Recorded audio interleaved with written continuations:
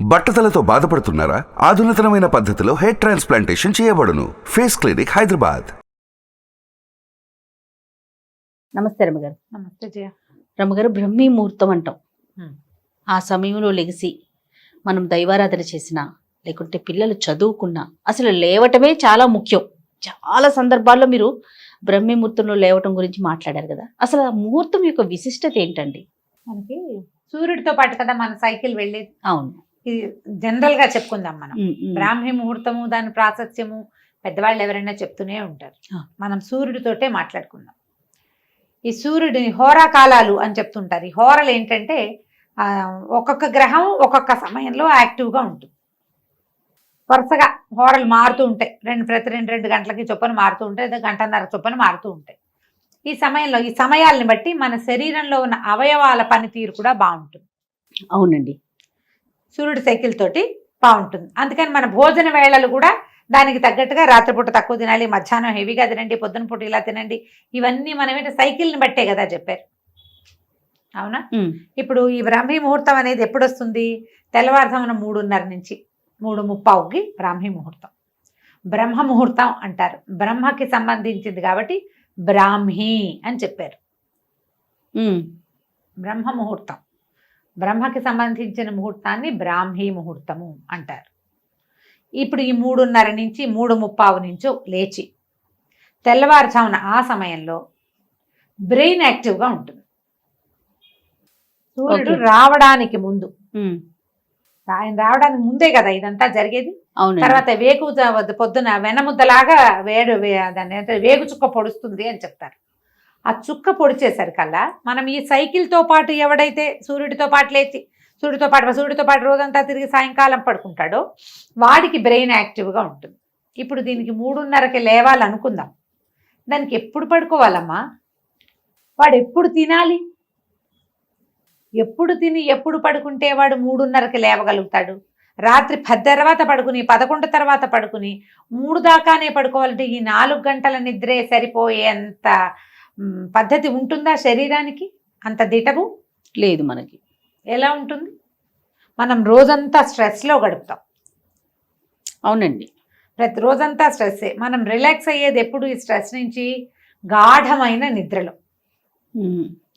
ఆ నిద్ర పట్టే సమయం కనీసం 4 గంటలు అతిగాఢ నిద్ర ఉండి 2 గంటలు కనీసం కాస్త విశ్రాంతితో కూడిన నిద్ర ఉండాలి మనకి. 3:30కి లేవాలి అంటే 2:30, 1:30, 12:30, 11:30, 10:30, 9:30, 6 గంటలు. అంటే నువ్వు 9:30కి కనీసం పడుకోవాలి. కనీసం 9:30కి పడుకోవాలంటే దీనికి 3 గంటల ముందు తినాలి సిస్టమ్. 6:30కి అన్నం తింటే 6:30కి డిన్నర్, రాత్రిపూట సప్పర్ అంటాం. పోనీ మనం రాత్రిపూట తినగలిగే ఆహారం 6-6:30కి సూర్యాస్తమయం అవుతూనే తినేసేవనుకో, గూట్లో దీపం నోట్లో ముద్ద. అవును అవును, తిన్నావనుకో, అప్పుడు నువ్వు 9:30కి పడుకోగలవు. ఇప్పుడు ఏ చదువుకునే వాళ్ళు, ఏ ఉద్యోగం చేసేవాళ్ళు, ఏ వ్యాపారం చేసేవాడు 6:30కే ఇంటికి వచ్చి అన్నం తిని కాసేపు వ్యవహారాలు అవి ఇవి చూసుకుని చదువుకుని ఇల్లు వాకిళ్ళు సవరించుకుని 9:30 పడుకుంటారో చెప్పు? కనీసం 8th 9th క్లాస్కి వచ్చిన పిల్లల వల్ల కూడా కాదు కదా. అవునండి, వాళ్ళకు కూడా ఏవో స్పెషల్ క్లాస్ ఉంటే 7ంటి 10th క్లాస్ పిల్లాడు, మా అబ్బాయి 7ంటికి ఇంటికి వచ్చేవాడు. ఇది వరకు 7 ఈవినింగ్ అక్కడ ఆకలేసి ఏదైనా చిన్న స్నాక్స్ తినేస్తే 7కి వచ్చి అన్నం తినరు పిల్లలు. అంతే కదా. అన్నం వేళ వెనక్కి వెళ్ళిందా? వీడిని బ్రాహ్మీలో లేవరా, మాహేశ్వరిలో లేవరా అంటే ఎట్లా వేస్తాడమ్మా చెప్పు? చాలా కష్టం రమ్మగారు, ప్రాక్టికల్ గా కష్టం. కానీ ముహూర్తానికి ఉన్న బలం అయితే ముహూర్తానికి ఉంది. పోనీ 3:30 కాదు 4 దాటాక, పోనీ 4 కాదు 5కి లేవాలన్నా నువ్వు రాత్రి 10కి పడుకోవాలి. 10 గంటలకు పడుకునే వాళ్ళు చక్కగా లేస్తారు. చాలా మంది మేము లేస్తున్నాం అని పెడతారు. నువ్వు చెప్పు, 12ంటికి పడుకుని 3:30కి లేస్తామని చెప్పగలిగే వాళ్ళు ఎంతమంది ఉంటారు? అస్సలు ఉండలేకపోతే. అందులో విద్యార్థులు ఉండరు, ఈ కుర్రాళ్ళు చదువుకునే పెద్ద పిల్లలు ఉండరు, కొత్తగా ఉద్యోగాలు చేసుకునే వాళ్ళు ఉండరు. ఎవరుంటారు? కడు వృద్ధులు, పెద్దవాళ్ళు, ఏ పని లేని వాళ్ళు, పగలు నిద్రపోగలిగే వాళ్ళు. ఇది మెయిన్. నిద్ర తక్కువ ఉన్నా సరిపోయే ధోరణి ఉన్న శరీరతత్వం శరీర ధర్మమే అలాంటిది ఉన్నవాళ్ళు లేస్తారు. యోగులు వీళ్ళు లేవగలుగుతారు. లేని వాళ్ళు ఎవ్వరూ లేవలేరమ్మా. ఈ బ్రాహ్మీ ముహూర్తాన్ని పట్టుకుని బ్రాహ్మిలో లేవాలి లేవాలి అంటే చావకొట్టకూడదు జయ. అది పొరపాటు. మన కాలధర్మాన్ని మనం ఇప్పుడు ఎలా ఉన్నాం దాన్ని బట్టి కదా. ముందువన్నీ మార్చుకోకుండా ఒక పాయింట్ నే పట్టుకొని పట్టుకుంటే దాని ఎట్లా? చుట్టూనే తిరుగుతున్నామేమో అనిపిస్తా ఉంటది అంతే. ఒక్కొక్కసారి ఇవి- కదరమ్మ గారు. ఇవి ఇట్లా చెప్తారు పెద్దవాళ్ళు ఎవరో, బ్రాహ్మీ ముహూర్తంలో లేస్తే ఎంత అద్భుతంగా ఉంటుందో చెప్తారు. నిజమే. జీవితంలో చాలా మార్పులు వస్తాయి పొద్దున్నే లేవటం వల్ల. నువ్వు పొద్దున్నే లేచి మధ్యాహ్నానికి కూడా నువ్వు ఇదే యాక్టివ్నెస్ తో ఉండగలిగే వాడైతే, అవును. నిద్రపోకుండా ఆ రాత్రి పడుకునే 4-5 గంటల నిద్రే నీకు సరిపోతుందంటే నువ్వు ఇలా 9ంటికే నిద్రపోగలిగే అవకాశం ఉంటుంది. కొంతమంది పడుకుంటున్నారు ఇప్పుడు అట్లా. అది అందరికీ ఎట్లా కుదురుతుంది? ఒక ఇంట్లో కుదురుతుంది. కుదరొద్దండి. వాళ్ళు మేము 7ంటికే అన్నం తినేస్తాం, 9ంటికే నిద్రపోతాం, మేము 6ంటికే తింటామంటారు. అన్నిళ్లలో అది కుదరది, అస్సలు సాధ్యం కాదు. మేము చేయలేం చేయాలి. నేను చెప్తా కదా, అదే అందరికీ సాధ్యం నేను కావచ్చు. చెప్పలేను. అందుకని నాకు చెప్పబుద్ధి కూడా కాదు. నేను లేవట్లేదు, నేను లేవలేను. ఎలా చెప్తాం? 11 గంటల దాకా చదువుకుంటాను నేను. ఇప్పుడు నాలాగా చదువుకునే వాళ్ళు 11కి 11ంటికి నేను ల్యాప్టాప్ ఆపుతుంటే కూడా హలో రమా గారు అని ఒక మెసేజ్ వస్తుంది నాకు. నిజంగా అవును. ఇలా రావా? నా అంతటి నేను ఎవరికి మెసేజ్ పెట్టండి, అది మాత్రం చేస్తా. పొరపాటు కూడా రాత్రి 9 గంటలకు నేను ఎవరికి హలో కూడా అన్ను. వాళ్ళే చేస్తే ఇంకా నాకు తప్పదు. అందరూ ఇప్పుడు నాబోటి వాళ్ళే ఉన్నారు కదా. మనం పనులు మానేసుకుని ఆపేసుకుని ఏమీ చేయక్కర్లేదు మనకు. లేదా మనకు పని చేయవలసిన అవసరం లేని పరిస్థితి అయితే నువ్వు అలాగే తొందరగా పడుకుని బ్రాహ్మీ ముహూర్తంలో లేస్తావు. లేదా మధ్యాహ్నప్పుడు ఏదో కాసేపు ఒక అరగంట అట్లా ఒక కొడుకు తీస్తే, పవర్ నాప్ తీస్తే ఓకే అనుకోవచ్చు. ఇంత కొంచెం నిద్ర సరిపోతుంది, అలవాటు చేసుకోవాలి అని చెప్పే మహానుభావులు కూడా కొంతమంది కనిపిస్తారు. అందరికీ సరిపోదు రమ్మగారు, చాలా ఇబ్బంది పడిపోతారు నిద్ర సరిపోతే. ఎంత జబ్బు చేస్తుందో. అవునండి. సరిపడా నిద్ర లేకపోతే జబ్బు చేసినట్టు అయిపోతారు. అవును. మీరు బ్రాహ్మిలో లేవాలంటే 3:30కి లేచి, మీకు ఏదైనా అది ఎవరికి 3:30కి లేచి సంధ్యావందనం చేసుకునే వాళ్ళు, ఓ మంత్రోపదేశం ఉన్నవాళ్ళు, వాళ్ళు ఏదో చేసి దేవుళ్ళకి ఏదైనా చేసుకోవాలి. మిగిలిన వాళ్ళంతా ఎందుకమ్మా హైరానా చెప్పు? ఎందుకు వచ్చిన హైరానా? అది ఇదివరకు కాలంలో ఏం చెప్పేవాళ్ళు? బ్రాహ్మణులు ఈ వ్యవహారాలన్నీ చేసేవాళ్ళు, లోకహితం కోసం యజ్ఞయజనాది క్రియలు చేసేవాళ్ళు. వాళ్ళకి బ్రాహ్మీ ముహూర్తం. సూర్యుడితో పాటు పడుకుని సూర్యుడితో పాటు లేచేవాళ్ళు, సూర్య సంబంధమైన క్రియలు చేసే వాళ్ళందరికీ, అంటే సూర్యుడితో సంబంధించిన వ్యవసాయ ఆధారితమైనటువంటి రకరకాల పనులు చేసేవాళ్ళు, మట్టితో పనిచేసేవాళ్ళు, వీళ్ళందరూ సూర్యుడి కంటే ముందు వేకువజామున లేవటం. తెల్లవారుజామున వెనమెద్దలాగా వస్తుంది, అది చూస్తారు, లేస్తారు, ఏవో ఇళ్లలో పనులు చేసుకుంటారు, తెల్లవారకుండానే బయలుదేరుతారు. వీళ్ళు ఎప్పుడు పడుకునే వాళ్ళు? పాత రోజుల్లో గూట్లో దీపం నోట్లో ముద్ద.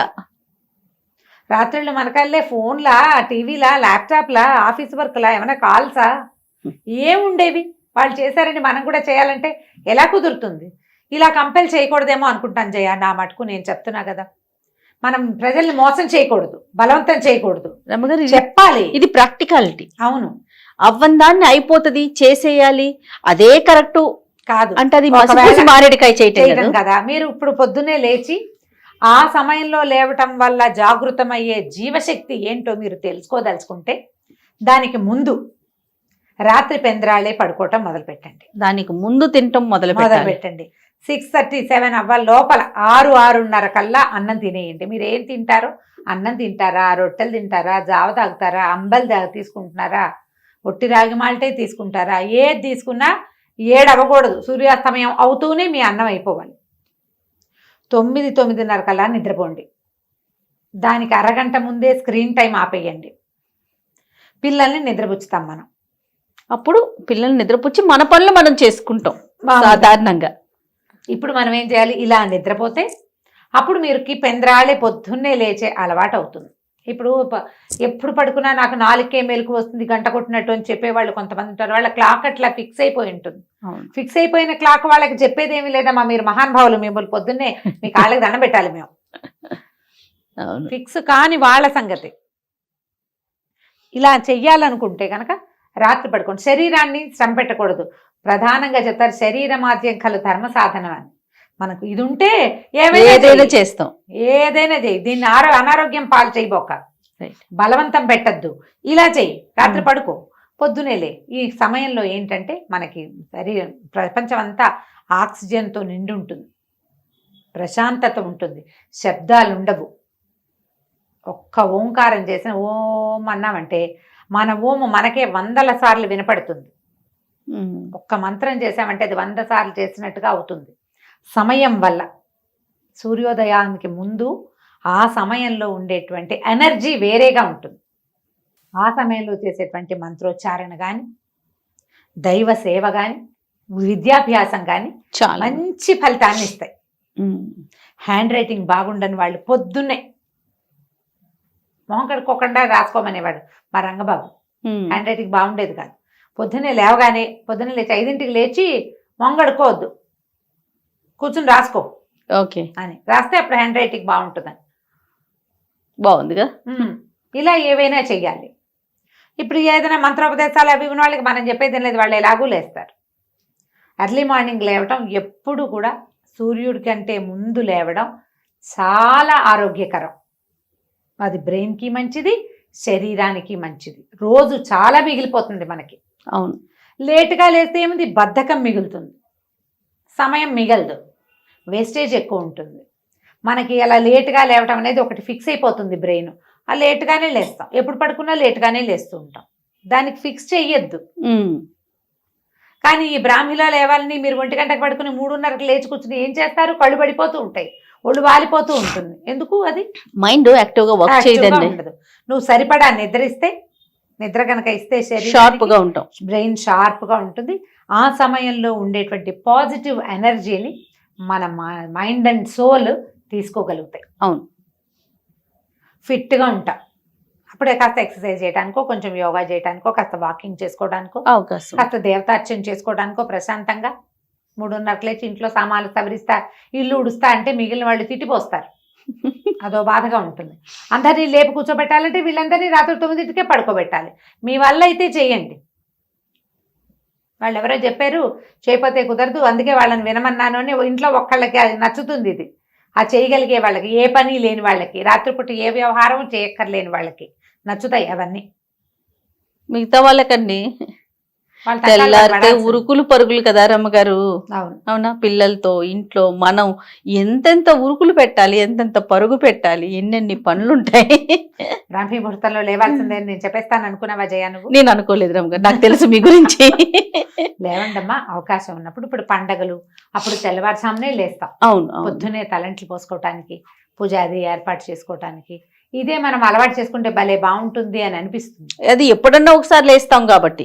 ఇప్పుడు మనం రోజు చేయాలంటే నేను చెప్పే కదా, లివింగ్ స్టైల్ మార్చుకోండి, మంచిది, అప్పుడు సంతోషం. చక్కగా కుదురుతుంది. ఆ సమయాన్ని పూర్తి పాజిటివ్ ఎనర్జీని మీరు ఆస్వాదించవచ్చు, అనుభవించవచ్చు, బాగుంటుంది. చూద్దాం అసలు ఎలాంటి కామెంట్స్ పెడతారు, ఏంటి రమ్మగారు ఇలా చెప్పారు అని పెడతారో, లేదు చాలా కరెక్ట్ గా చెప్పారు రమ్మగారు, మేము కూడా మీతో ఏకీభవిస్తున్నాం అంటారు. నేను నా ఉద్దేశం చెప్పానమ్మా, చూద్దాం. అంతే. రైట్ రమ్మగారు, నమస్తే. నమస్తే.